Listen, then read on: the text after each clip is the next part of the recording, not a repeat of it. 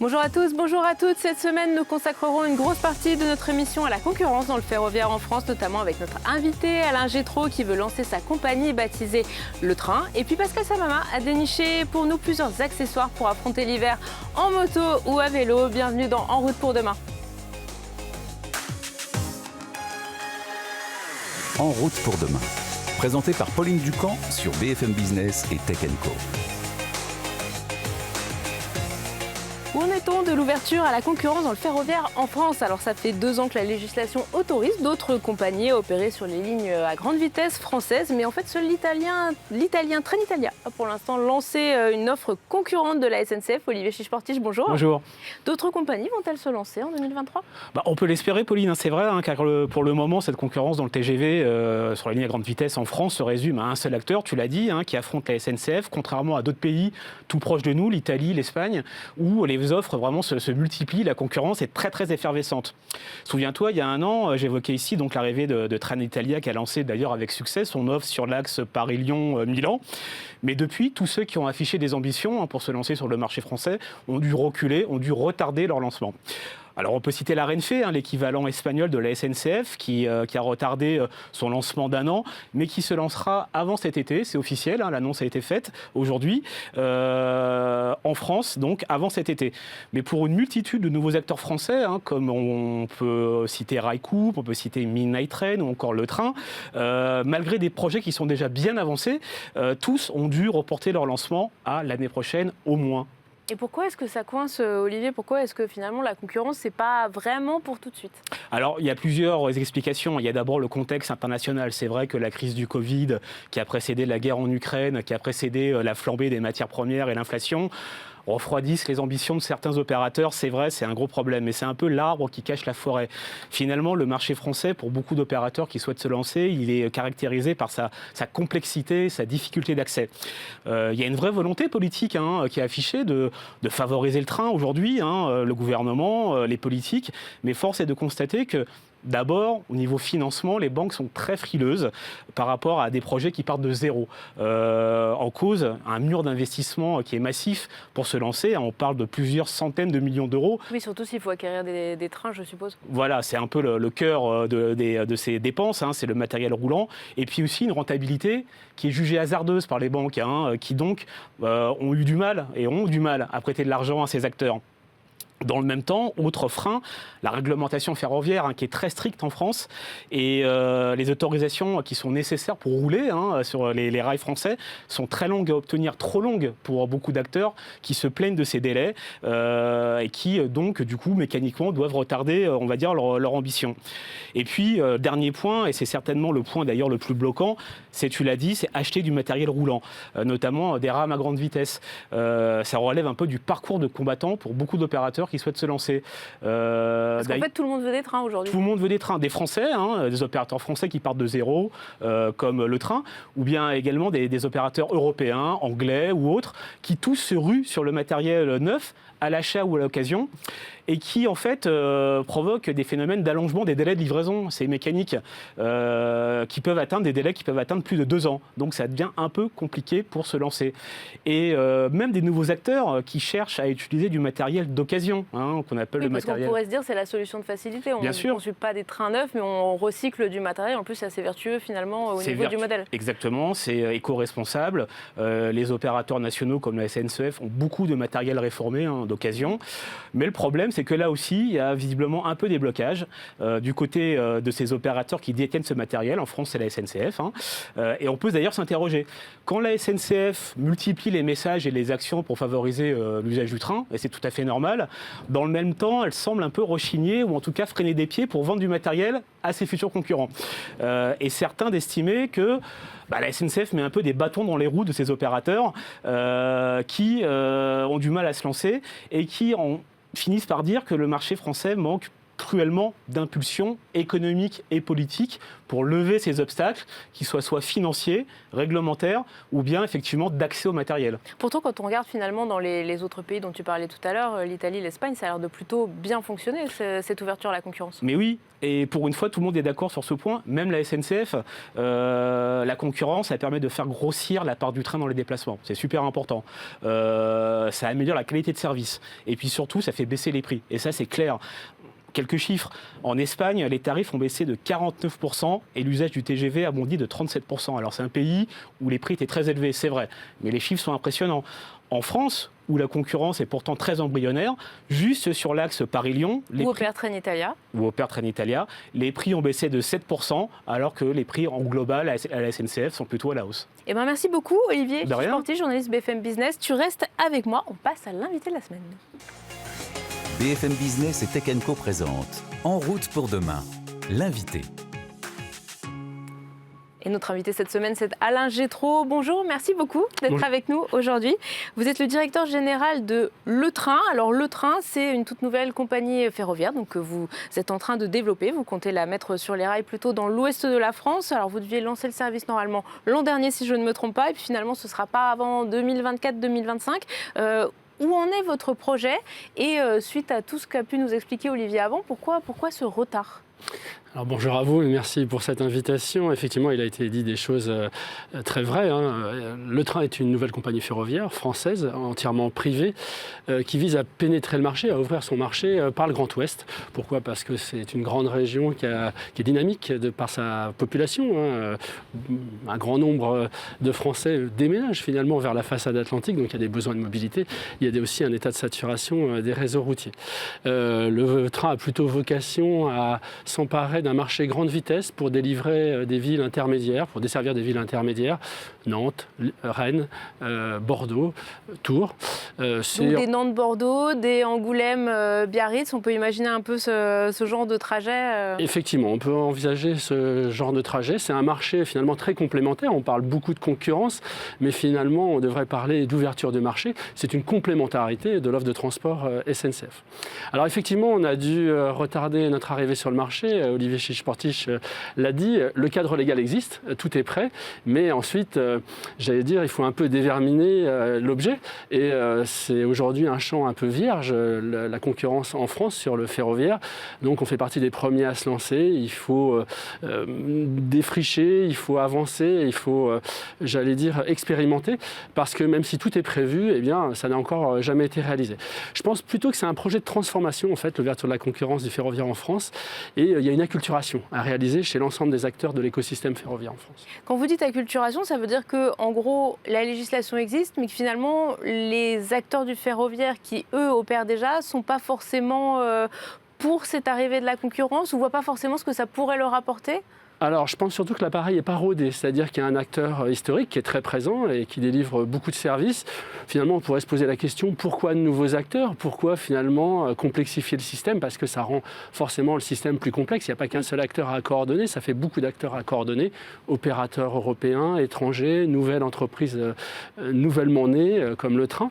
Et donc, ça fait un nombre d'acteurs et ça rend le système sûrement plus complexe. On y arrive, nous, c'est un travail qu'on a fait par exemple avec les équipes d'SNCF Réseau pour tracer le plan de transport pour réussir à non pas pour avoir vos slots sur les lignes, sur les LGV, les fameux sillons. Oui. Nos sillons, il ne s'agit pas juste d'avoir une conception de l'esprit, mais pouvoir la réaliser physiquement et réussir un service commercial qui tient la route, qui est robuste ensuite pendant l'exploitation.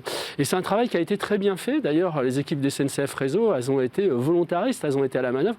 On a appris conjointement entre équipes des SNCF Réseau et équipes de Le Train pour arriver à rendre robuste l'exercice de conception. Donc tout ça prend du temps, encore une fois, c'est un chemin qui est un peu vierge. Il y a de l'acculturation, il y a du rodage des processus, et puis ça reste une aventure entrepreneuriale, qu'on soit un opérateur historique comme Renfe ou Trenitalia, ou un opérateur comme Le Train, où il faut de l'investissement, où il faut des assets industriels lourds qui mettent du temps à être fabriqués. Donc voilà, c'est des processus qui prennent du temps. Qu'est-ce qui vous manque du coup aujourd'hui? Parce que j'ai l'impression que vous avez le cadre législatif, ok, le business model, pour vous, il est assez clair. Vous avez travaillé, vous avez vos slots avec SNCF Réseau où tout a l'air de bien se passer. Du coup, qu'est-ce qui bloque? Alors, le matériel roulant, déjà, vous l'avez évoqué, enfin, Olivier l'a évoqué. Vous ne trouvez pas de train? Alors, pour pénétrer le marché rapidement, le plus intelligent et le plus écologiquement parlant, vous avez parlé de c'est vertueux, vous avez dit c'est vertueux, ça serait du matériel d'occasion. Ça existe, c'est vrai que les opérateurs en réforment parce que leur modèle évolue, parce qu'ils veulent transformer leur expérience voyageur. Nous, on a la capacité industrielle de revisiter ce matériel, de le refiter, et donc on est intéressé pour acquérir du matériel d'occasion. Aujourd'hui, il n'y a pas de processus vraiment fluide pour acquérir ce matériel d'occasion, ça reste encore un peu complexe à la bonne volonté des entreprises qui en détiennent, et en tout cas, il n'y a pas un processus fluide pour acquérir ce matériel d'occasion. Donc, on a des échanges avec certains opérateurs européens. Le diable se loge dans les détails, ça reste encore un peu compliqué pour arriver à transformer cette bonne volonté en réalité. Des loueurs de train peut-être ? Alors, des loueurs de train, oui, sur du matériel assez classique, comme du fret, sur la grande vitesse, clairement, ça n'existe pas aujourd'hui. Mais est-ce que finalement, il n'y a pas une sorte de contradiction quelque part sur même le cas SNCF ? C'est-à-dire qu'on a l'impression qu'on a d'un côté SNCF Réseau qui est très content de vous accueillir, parce que vous allez payer des péages finalement sur le réseau Bien utilisé. Sûr. Et d'un autre côté, SNCF Voyageurs, qui lui possède le matériel et qui visiblement, si on écoute ce que vous dites, a un peu du mal à le lâcher finalement. Et quand on interroge justement SNCF Voyageurs, ils nous expliquent que ce n'est pas du tout la mauvaise volonté de leur part, c'est plutôt des freins européens de réglementation qui les empêcheraient de vous vendre des trains d'occasion. Est-ce que vous pouvez un peu nous en dire plus là-dessus ? Alors effectivement, l'opérateur pourrait être tenté d'une certaine réticence pour céder du matériel à un acteur qui pourrait potentiellement être concurrent. Je rappelle que notre positionnement il est très complémentaire finalement. Et puis il y a un effet qu'on a peut-être un peu moins abordé, c'est que pour engendrer ce vrai report modal, pour créer une vraie dynamique d'offres, eh bien finalement c'est intéressant d'avoir plusieurs acteurs. Ce qu'on se rend compte, c'est que partout où la concurrence a eu lieu en Europe, il y a un effet d'induction.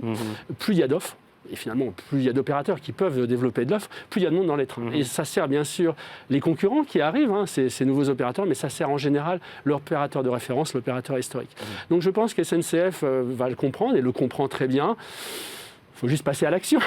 Ça peut prendre un peu de temps. Et puis, il peut y avoir des lourdeurs administratives. Vous venez de le citer.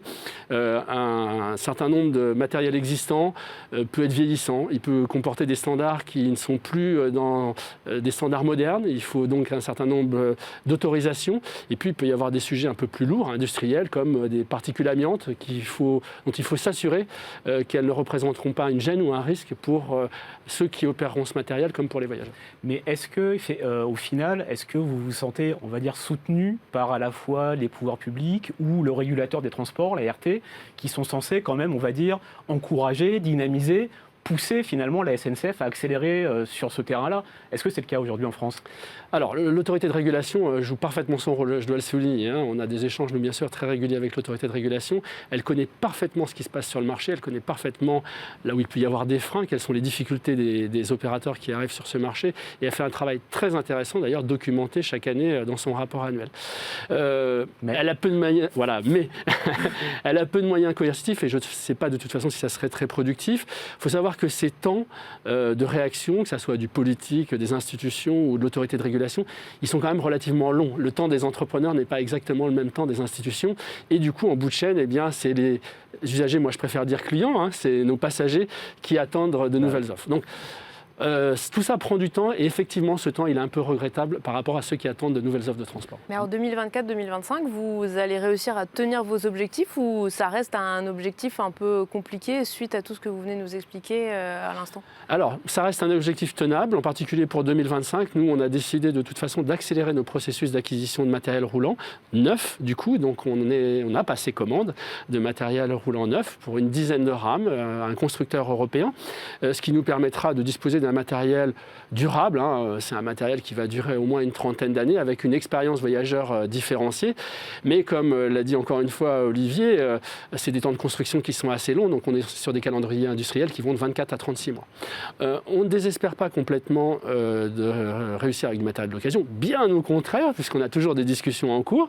On a un processus industriel pour rénover des rames qui est prêt et le financement pour l'obtenir. Donc voilà, je ne peux pas traduire tout le secret des affaires, mais on a encore des discussions très avancées pour 2024. Mais tout ça, ça remet un peu en cause, on va dire, votre philosophie de départ, votre cadre de départ qui était vraiment d'avoir une approche, comme vous le disiez, éco-responsable, vertueuse, un peu plus économique aussi financièrement parlant, puisque l'achat de rames neuves, quand même, c'est un sacré investissement. Donc tout ça, ça a un peu rebattu les cartes de votre projet finalement. Il a fallu vous adapter. Oui, c'est la vie des entrepreneurs et on le savait avant de commencer.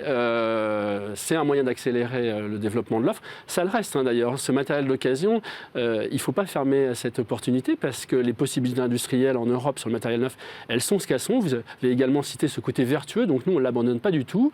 Même si ça doit mettre un petit peu de temps, ça permettra de compléter l'offre réalisée par ce matériel neuf et ça permettra de la densifier surtout, voire même de permettre du développement sur d'autres axes. La complexité, elle est effectivement sur le financement. On n'est pas du tout sur les mêmes ordres de grandeur de financement. Donc lever de l'argent prend également du temps et c'est ce qui nous a retardé également notre calendrier. Mais de toute façon, acheter ce matériel neuf, on savait qu'on devrait y passer. Il a juste fallu accélérer ce processus. Anticiper cet achat. D'accord. Ça va changer votre politique de prix, in fine, parce que partir de trains d'occasion et puis finalement faire un investissement sur du neuf, même si vous l'envisagez à un moment, ça va peut-être changer la facture pour le client, pour le passager à la fin? Alors finalement, pas vraiment, parce que ce matériel, il est amortissable bien sûr sur une durée beaucoup plus longue, plus de 30 ans, il a une durabilité, il est plus facile à entretenir également, il est forcément plus fiable. Donc le matériel d'occasion a encore une fois un côté vertueux, il permet d'avoir un bilan carbone tout à fait intéressant, c'est remarquable plutôt que de fossoyer finalement du matériel qui pourrait encore servir des voyageurs en France. Mais le prix pour nous n'est pas différent, il n'a pas d'impact majeur sur le coût du billet. Écoutez Alain Gétraud, merci beaucoup d'être venu illustrer en images notre grosse partie, notre gros chapitre sur la concurrence ferroviaire et du train. On va passer à la voiture pour notre essai de la semaine avec le 3e et dernier épisode de notre série sur les technologies qui vont arriver dans nos voitures. Cette semaine, Julien Bonnet et Jean-David Duhart font le point sur les phares qui demain feront bien plus que nous éclairer. BFM Business et Tech & Co présente En route pour demain, l'essai. La dernière nouveauté qu'on voulait vous présenter lors de ces journées innovation d'Audi, finalement, elle fait le lien entre transition vers l'électrique et assistant de conduite, puisqu'on est autour du concept Audi A6 e-tron, donc qui préfigure la future A6 qui sortira en Europe courant 2024. Ce concept, il a été présenté au salon de Shanghai en 2021, mais il préfigure encore aujourd'hui pas mal de futures nouveautés à venir, notamment autour de la signature lumineuse. Donc on a pu assister à une démonstration des feux arrière et des feux avant qui vont vraiment avoir différentes configurations possibles. Donc ça, c'est un peu dans le prolongement de ce que propose déjà Audi. On avait pu notamment le tester sur le dernier Audi Q4. On a pu aussi voir les possibilités de projection, donc d'affichage en dehors du véhicule, donc qui va permettre d'afficher par exemple une cinématique d'accueil. Donc ça existe déjà, mais de manière beaucoup plus large autour du véhicule pour inviter le propriétaire à monter à bord, ou encore des systèmes d'alerte, donc plutôt à destination des piétons ou des cyclistes qui passeraient à côté du véhicule lorsqu'une porte va s'ouvrir. Donc bien sûr, c'est un cas courant maintenant en ville, et là finalement on va vraiment avoir un affichage lumineux qui va s'afficher au sol avec un affichage rouge pour bien marquer qu'il y a un risque, un danger pour un potentiel piéton ou cycliste qui passerait. Cette A6 e-tron, elle reposera sur la plateforme PPE qui équipe les modèles 100% électriques Audi et des autres marques du groupe. Elle permettra notamment d'obtenir jusqu'à 700 km d'autonomie, donc une révolution particulièrement attendue dans le monde de l'électrique. BFM Business et Tech & Co présente En route pour demain, en région. Et pour terminer cette émission, j'accueille Pascal Samama, notre journaliste spécialiste du deux roues. Bonjour Pascal. Bonjour Pauline. Bon, l'hiver est enfin là et du coup tu nous as fait une petite sélection de produits pour s'équiper à vélo, à moto, à scooter pour rouler en hiver et surtout ne pas avoir froid. Exactement, parce que le problème quand on a froid, c'est qu'on évite soit de prendre son deux roues, soit on le prend et là on se retrouve dans une situation telle que risque d'accident et tout, parce que le froid paralyse, ça fait des engelures. Enfin bref, c'est assez problématique. Et puis il faut savoir aussi une chose, c'est que quand on roule à deux roues, on perd 1 degré à chaque fois par tranche de 10 km/h. 1 degré par tranche de 10 km/h. Exactement. Ça va super vite. Il fait 5 degrés, je roule à vélo, un vélo électrique, je roule à 25 km/h, et je perds un peu plus de 2 degrés, ce qui fait que la température que je ressentirai sera plus 5 degrés, mais un peu plus de 2 degrés. Oui, donc à scooter ou voire à moto, alors là c'est encore pire. Ah ouais, c'est terrible là. Là c'est terrible. C'est pour ça que l'utilisation d'un équipement, alors un équipement c'est pas juste se faire plaisir, c'est un équipement étanche, étanche au vent, étanche à la pluie et puis chaud. C'est primordial pour se protéger, pour protéger toutes les parties du corps en contact avec le froid, c'est-à-dire les extrémités, les mains, la tête, les pieds, et bien sûr le buste, parce que quand on roule, on a le buste en avant et le froid tenaille. Alors souvent, les utilisateurs hésitent à acheter des équipements grand froid parce qu'ils se disent c'est super cher, est-ce que je vais m'en servir? Eh ben, nous, on a trouvé des équipementiers français en vélo et en moto, Ecoy et Bering, qui ont développé des gammes qui sont vraiment très accessibles. Alors si on commence avec les cyclistes, donc tu es venu, pour ceux qui nous écoutent en radio, Pascal est venu avec plein d'accessoires. On a un petit t-shirt rose, on a un tour de une cagoule pour se protéger. Alors vas-y, détaille-nous un petit peu. Alors déjà, on va démarrer par la cagoule. Elle est vraiment conçue pour des conditions climatiques extrêmes, hein. On peut mettre son casque par-dessus, on peut même la mettre, pourquoi pas, à moto. C'est une cagoule qui tient à moins 10 degrés, ce qui fait que avec ça on a chaud, hein. C'est renforcé sur les oreilles, le froid passera pas, le vent ne passera pas. On peut continuer aussi avec le buste, avec des hauts. Alors il y a un haut pour femmes avec col zippé, 50 €, ce qui n'est pas excessif. Reste honnête. Celui pour hommes qui est bien plus simple, c'est quoi? C'est un t-shirt à manches longues. Alors on a l'impression qu'ils sont tout petits, ça c'est un LXL. Ça veut dire que quand on le met, il colle près du corps et il réchauffe le corps. Et en même temps, il laisse la transpiration, la sueur c'est quand même des tissus Ah techniques. oui, c'est vraiment des tissus techniques. Et alors celui-là est à 25 €, 25 € pour avoir chaud quand on roule. Là, avec un truc comme ça, on roule aussi bien à vélo qu'à moto, qu'en scooter. Ouais, à glisser sous sa chemise, sous son pull. Même pour courir, même pour aller faire du ski, je trouve que c'est quand même utile. On va continuer avec des gants. Alors là, c'est des gants un peu techniques. Sur le guidon. Alors ça fait pour ceux qui nous écoutent en radio, ce sont donc des gros gants, vraiment gros gants façon moto, façon même un peu gants de ski. Gants de ski, je trouve. Hein. Mais assez en termes de préhension, on se voit bien. Je prends mon téléphone portable, j'ai pas du tout de mal à le saisir. Ils sont très très pratiques. Alors, ils sont connectés. Ils sont connectés. On les allume en appuyant sur le bouton le E d'Ecoy. On a 3 niveaux de température, 30, 35 et 40 degrés. Là, je le mets très chaud. Alors à l'intérieur du gant, il y a un tas de filaments électriques qui chauffent et qui chauffent selon la température. Tu le sens là? Oui, ma main est en train de chauffer doucement. Alors c'est assez impressionnant, mais c'est ultra efficace. Pour les très frileux, on peut mettre des sous-gants, mais je crois que ce ne sera pas vraiment utile pour des trajets urbains dans Paris quand on est cycliste. On ne roule pas pendant des heures non plus. Et là, c'est ultra efficace. Et ça se recharge comment? Eh bien, tout simplement, il y a une petite fermeture éclair. Mis sur le dessus, je l'ouvre et à l'intérieur, tu découvres une batterie que je qui branche. Se recharge. C'est vendu avec le chargeur, évidemment. Et ça vaut combien, ces petits gants chauffants? Je pense que je vais les garder là, c'est très agréable. 180 €. Et donc, si on parle des motards, parce que là, finalement, ceux-là, c'est un peu notre objet de transition. Un outil mixte pour motards et cyclistes, des chaussettes, c'est Ecoy qui les fait. Elles tiennent jusqu'à moins 10 degrés dans des chaussures confortables. Ouais, dans des bottes de moto. Ça permet, bottes de moto ou même grosses chaussures parisiennes, hein, ça permet d'affronter. Alors pour les motards, quand on disait 1 degré tous les 10 km/h, on imagine un motard qui roule à 50 km/h quand il fait 5 degrés, il arrive à 0. Quand il roule à 130 km/h, sur l'autoroute. Ouais, température ressentie négative. Hein. Ah ouais, négative. Et on rajoute à ça le vent selon qu'il ait 2 phases dans le dos et sa puissance. Bref, il peut facilement faire moins 10, moins 15 degrés. J'ai trouvé des chiffres sur un site de motards canadiens. C'est quand même ceux qui sont le plus aptes à affronter le froid. Eux, ils déconseillent formellement quand il fait entre 0 et 5. Ils disent prenez pas votre moto parce que c'est dangereux. Vraiment trop terrible. Alors, ce qui se passe pour les motards, c'est que souvent les équipements, ils sont en Gore-Tex. Ils sont chers, exactement. Ils sont super chers. Alors, il y a Bering qui a la licence Gore-Tex en équipement moto pour la France, hein, donc qui fait habituellement des équipements de très bonne qualité, qui sont un peu, enfin, la veste est à partir de 700 jusqu'à plus de 1000 € bien sûr. Et ben, ils ont fait une gamme qui s'appelle Freeway. Il n'y a pas de Gore-Tex. Ils ont utilisé des matériaux textiles technologiques qui fait que ça protège du froid, ça protège du vent, ça protège de la pluie.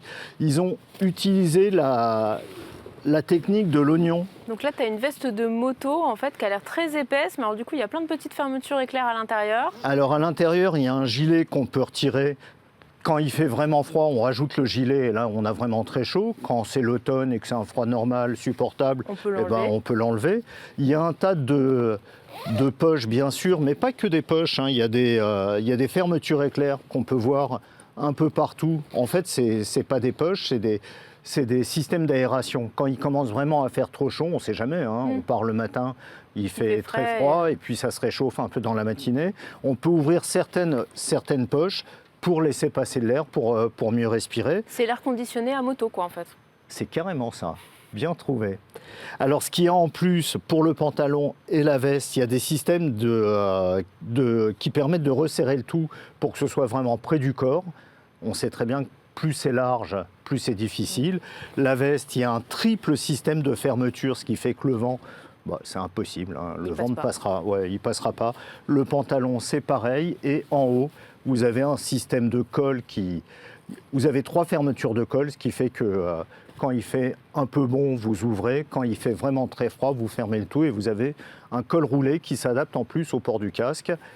Et en termes de tarifs, du coup, on est à... Alors, ça reste quand même assez cher, mais finalement beaucoup moins que si on était sur du matériel, des vêtements Gore-Tex. On est quand même dans des vêtements techniques, ce qui fait que le blouson, je retrouve le prix, il est à 470 € et le pantalon à 300 €. Mais en plus, c'est un investissement éco-responsable. Exactement, parce que ça ne se voit pas, ça ne se sait pas, mais on va le dire, c'est fait en bouteilles recyclées, en bouteilles plastiques recyclées. Donc c'est totalement éco-responsable, ça fait rentrer les motards dans un cercle vertueux, tout le monde est content. Et vraiment, on ne se rendrait pas compte que les bouteilles d'eau qu'on jette parfois à la poubelle, mais qu'il vaut mieux jeter dans les bacs de recyclage, servent à faire ce genre de choses. Merci beaucoup Pascal. Pascal Samama, journaliste BFM Business, notre spécialiste de roues, vélo, moto. Voilà, c'est déjà la fin de notre émission. À retrouver toutes les semaines sur BFM Business le week-end et en multi-diffusion sur notre chaîne Tech Co. À la semaine prochaine. En route pour demain, la mobilité sous toutes ses formes sur BFM Business et Tech Co.